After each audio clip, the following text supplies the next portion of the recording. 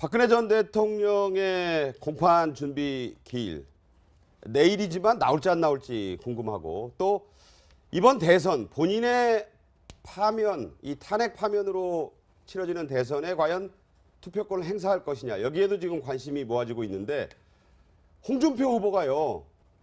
박 전 대통령의 건강 이상설을 제기하면서 이 문제가 지금 화제가 되고 있는데 먼저 홍 후보의 말부터 들어보겠습니다. 박근혜 대통령이 지금 교도소에서 극도로 건강이 나쁘답니다. 구속 집행 정지를 해서 병원으로 이래 이감을 내야 됩니다. 그거 안 하고 있는 거는 대선 때문입니다. 밖으로 그 가는 거 이거 알려지게 되면 문재인이 당선되는데 좀 문제가 생길까 이래 싶으니까 지금 안 하고 있대요. 검찰 보고 박근혜 병원 보내라 한번 하십시오. 자, 박근혜 병원 보내라. 박근혜 병원 보내라. 네, 바로 이게 어제 서울 유세에서 있었던 얘기예요. 지금 보시면 박근혜 전 대통령의 건강이 극도로 나쁘다. 병원 보내라 이렇게 얘기를 하는데 이 법무부 얘기는 다르거든요. 아니다 이렇게 부인하거든요.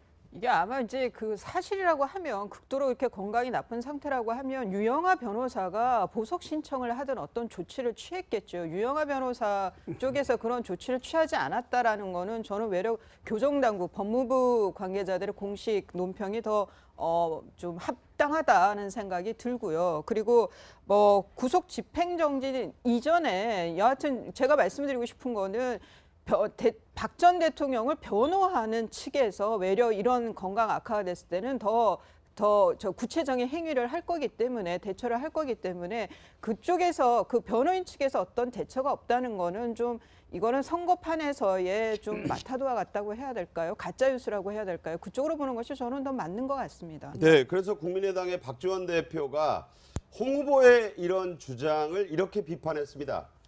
홍준표 후보의 마음속에는 파면되고 구속재판을 받는 박 전 대통령 뿐인가 보다. 차라리 후보 사퇴하고 옥바라지하는 게 제격이다. 어떻게 보십니까?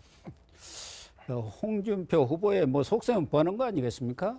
보수 표심을 자극하기 위한 것이죠. 뭐 지금 교정당국이 이야기하는 것처럼 뭐 단식을 하는 것도 아니고 식사도 정상적으로 하고 몸에도 뭐 혈압이라든가 뭐 이런 데 전혀 이상이 없다는 것으로 이렇게 발표를 된 것으로 네네. 봤고 방금 뭐 변호사님 이야기하신 대로 유영하 변호사도 박 전 대통령 건강과 관련해서 아무런 언급이 없는 것 보면은 홍준표 후보의 그런 얘기는 보수 표심을 자극해서 어떻게든 표를 얻어보겠다는 뭐 그런 목소리가 아닌가 보여집니다. 사실 홍준표 후보는 과거에 얼마 전에도 박근혜 전 대통령에 대해서 춘향인 줄 알았더니 향단지더라. 이렇게 뽑은 거더라. 예, 비아냥거리기도 했는데 예. 지금 뭐 박지원 국민의당 대표는 그동안 문모닝으로 유명하셨지 않습니까? 그렇죠. 그런데 홍준표 후보가 지금 차고 올라오니까 이제 홍모닝으로 이제 홍카콜라를 누르기 위한. 홍모닝으로 네. 바꿔서 홍준표 후보에 대해서 아주 지속적으로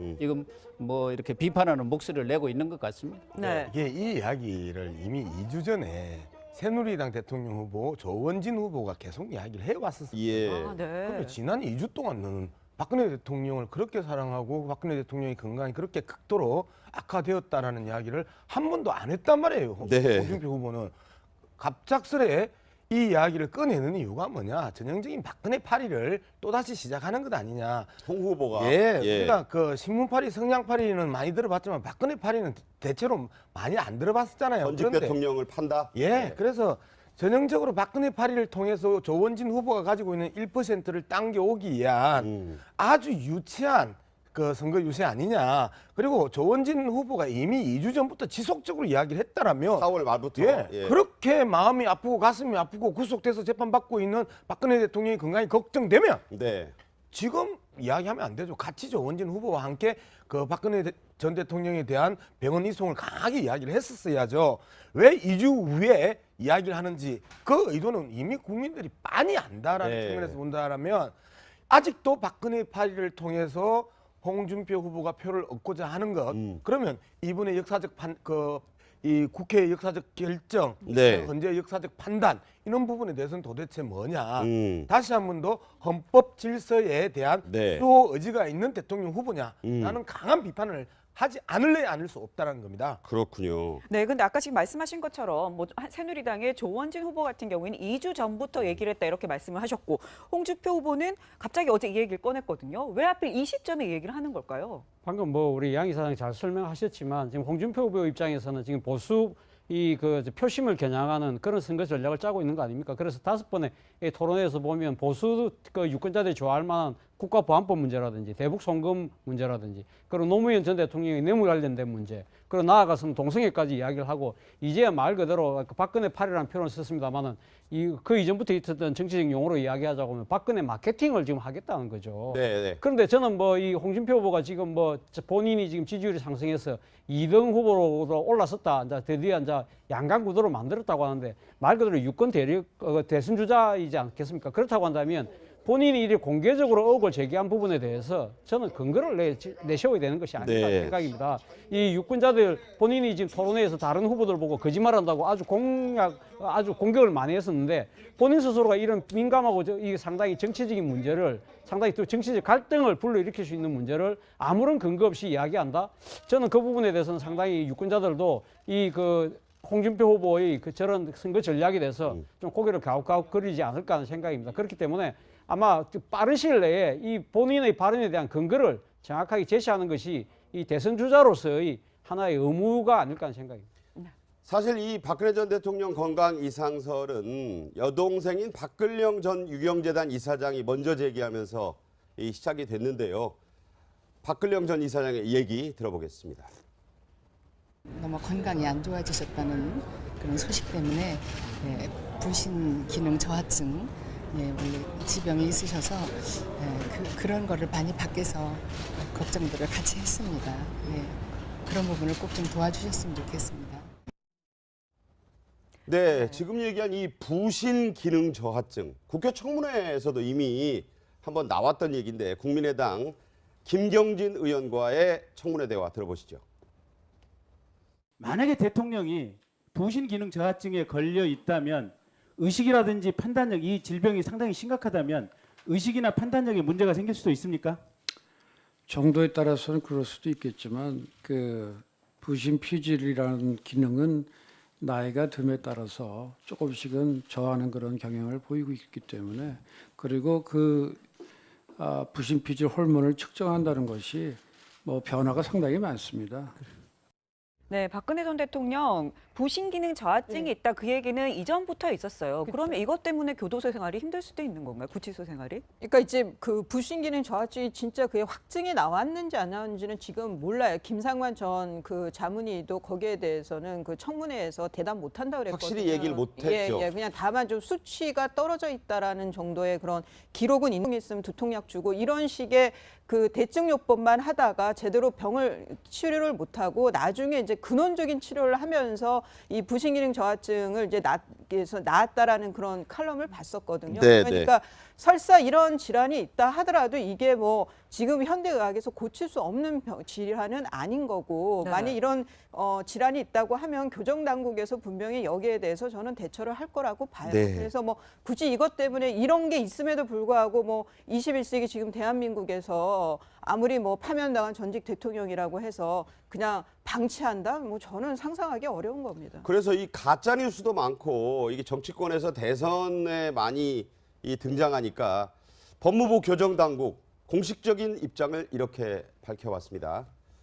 네, 네, 규칙적으로 밥은 먹는다. 단식 네. 아니다. 네, 조원진 후보 같은 경우에는 박근혜 전 대통령이 준 당식 상태다 이렇게 얘기를 했는데 단식은 아니다 이렇게 얘기를 했고요. 체중 변화도 없고 정기적인 혈압, 맥박을 측정하고 있는데 다 정상 수치다. 그리고 햇볕 쬐기, 가볍게 몸풀기 등등의 1시간씩 운동도 한다 이렇게 얘기를 하고 있어요. 아, 저건 이제 서울구치소의 교정당국 관계자가 한 얘기고 네. 법무부가 그 상위 이제 부처잖아요.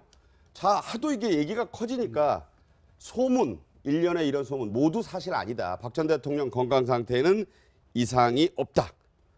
평소 소식하는 박 전 대통령의 습관 때문에 주변 사람들이 걱정스레하는 말이 페이크 뉴스의 형태로 퍼지는 것 같다. 이렇게 얘기했습니다. 그러니까 교정당국이나 법무부의 이런 그 설명에 따르면 박근혜 대통령은 아무 건강에 이상이 없고 네. 또 운동도 정상적으로 하면서 건강 관리를 스스로 하고 있다는 그런 얘기 아니겠습니까? 햇볕 쬐기도 그런데 하고요. 예. 뭐 선거 국면이다 보니까 뭐 흑색 선전이라든가 마타도 이런 것들이 횡행하는 것이 사실이고 네. 최근에 특히 가짜 뉴스, 페이크 뉴스라는 것이 가장 지금 문제가 되고 있지 않습니까? 그렇죠. 그런 가짜 뉴스를 만들어서 이렇게 SNS라든가 언론에 이렇게 퍼뜨리면서 유권자들이 현혹시키고 오도하는 판단을 오도하는 그런 현상들이 벌어지고 있는데 그런 것들이 일반 유권자라든가 이런 쪽에서 일부 일어나는 현상은 또 뭐 좀 우려를 할 만하지만 네. 이런 가짜 뉴스를 대선 후보, 유력한 대선 후보들이 퍼뜨린다는 것은 정말 그 유권자, 국민에 대한 어떻게 보면은 있을 수 없는 뭐 그런 잘못된 부적절한 행위라고 봐야겠죠. 이게 네. 법적으로는 문제가 없나요? 만약에 가짜 뉴스를 얘기하는 거라면? 근데 이게 이제 뭐 허위 사실 유포야 뭐 공직선거법 위반을 한다고 하더라도 그러니까 이렇게 한 것이 뭐 어떤 후보 때문이다라고 한다면 그 포섭이 될 가능성도 있는데 네네. 이런 경우에는 지금 뭐 글쎄요, 이 지금 공직선거법에서 이 가짜 뉴스를 어떻게 대처해야 되는지는 아마 선관위에서도 큰 고민일 걸로 보입니다. 네. 네. 근데 이제 이거 부분 좀 짚어봐요. 예예. 어떤 거죠? 일반적으로 구전 홍보단에 의해서 그 상대편의 후보를 계속해서 음해하는 이야기들은 많이 하거든요. 또 선거 전술상 그 하나의 또 이 수법으로도 사실상 채택이 되고 있고 그럼에도 불구하고 후보가 이러한 가짜 뉴스를 이야기하는 경우는 거의 없습니다. 네. 그런데 홍준표 후보가 이러한 가짜 뉴스에 기반한 저 연설을 했다라는 것 자체가 상당히 심각한 문제입니다. 가짜 뉴스의 그 전체적인 그 수많은 가짜 뉴스가 오늘도 SNS를 통해서 흘러다니는데 그 가짜 뉴스의 사실이라는 확인과 도장을 찍어주는 그러한 그 역할을 하는 거거든요. 예. 그런 측면에서 본다면 가짜 뉴스가 범람하고 있는 현재 한국 사회 대선판에 있어서 홍준표 후보가 보여준 저 가짜 뉴스에 대한 그 홍보와 유세는 이후에 가짜 뉴스를 훨씬 더 심각하게 범람시킬 수 있는 위험 요인이 될 수 있다라는 거죠. 네. 어쨌든 이 가짜 뉴스 논란은 확인이 된, 확증이 된 뉴스인지 아닌지부터가 판단이 돼야 되고 지금 말씀하신 뭐 홍준표 후보가 가짜 뉴스를 퍼뜨렸다. 또 이렇게 하는 것도 논란의 여지는 있을 수 있어요. 그러니까 이 신중해야 된다. 이 대선 후보의 주요 대선 후보의 언행은 신중하고 증거에 입각해야 된다. 이런 말씀을 드리고요.